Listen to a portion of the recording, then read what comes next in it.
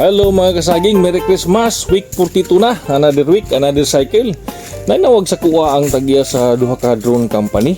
Dili na kusulti ang pangalan ng utana sila kay ngano daw nga daan sila yung mga grower nga nagreklamo nga ang ilahang mga saging igo manggihapon sa sigatuka bisag nag-spray na. Kini ang nindot kaay natong sabton karon. Kini nga example tanawa niyo. Kini example. Ang dosage niya ni 2 tablespoon per liter.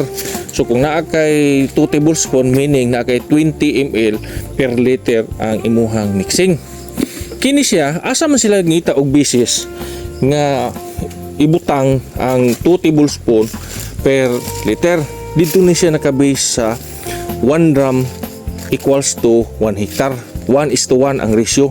1 drum meaning 1 drum 200 liters equals to 1 hectares. Ang mixing na nato para sa kuha 40 liters akong ginagamit. 40 liters to 3 kilos nga manggusib or ang ratio nato dili na ta mag-base dito sa 1 drum kung drone atong gamiton. Mag-base na ta dito sa 40 liters pero ang mixing sa medisina, pulyar o uban pang gamit nato dili na dato usbon.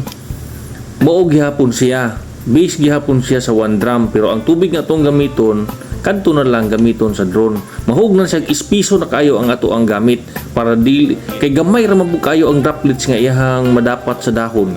Mo nang ispisuhon nato og mayo. Kabalo ka unsay competition ana? Ang competition niya square droplets per square inch. Unsay bot pasabot ana? Kanang usa ka gamay nimo lingin nimo dihapi ihapa kung pila ka buok ang droplets nga hintug pa sa dahon sa saging. Mo kini, na makita nimo na.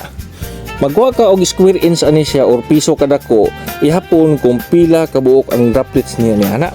Pero another story na lang na di lang sa natong discussion karon nga masamot kag kalibog diha karon. Ang buhaton nato dili na nato sundon ning dosage nga naa diri. Ang sundon nato karon ratio per hectare na lang atong sundon para madali ta.